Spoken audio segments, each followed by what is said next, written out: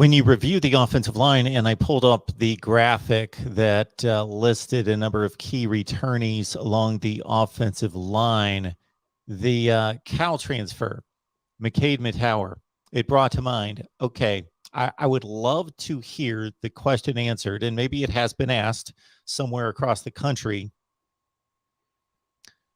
When a player is pursued in the transfer portal, what that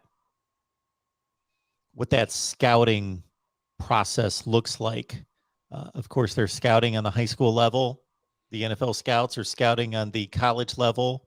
So do they see, okay, McCade Metower, he's been an all Pac-12 performer to some degree. I think he was second team according to Pro Football Focus.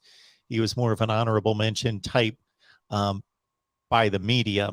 And so do they just go grab as many Cal games as possible, spotlight him, review it, think, okay, we really like what we see on tape, and go from there? I would just be curious to see and know what how extensive that process is.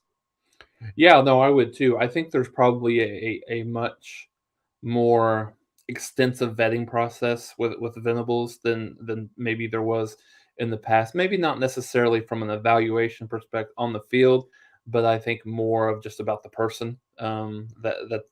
So obviously, I think you're right. You hit the nail on the head. I think that's probably the first evaluation. But then talking, just gauging kind of what that level of interest is and understanding what they are. What some of these kids are as normal kids, not necessarily just a football player. Because at any point you've heard Venables talk more about the kind of the holistic approach from a kid's perspective. So yeah, no, that is a very interesting kind of concept, just to see what the difference is and how you evaluate transfers as opposed to how you evaluate kids out of high school or junior college.